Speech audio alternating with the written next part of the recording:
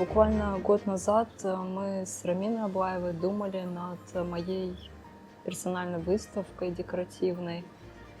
И сегодня я сижу здесь и держу в руках свою альбом-книгу с работами под названием «Культурный ген». И мне не верится. В книге имеются 112 страниц, и они разделены на 4 раздела. Это графика, живопись, цифровое искусство и орнаменты. Здесь собраны работы с 2015 года по сегодняшний день, поэтому можно проследить, как менялась моя техника исполнения.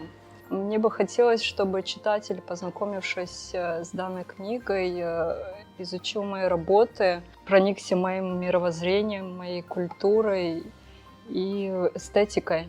Человек, взяв эту книгу, окунется в мой мир, мир моих ощущений. Как это будет восприниматься, для меня очень волнительно, но и с тем же очень ценно и бесценно.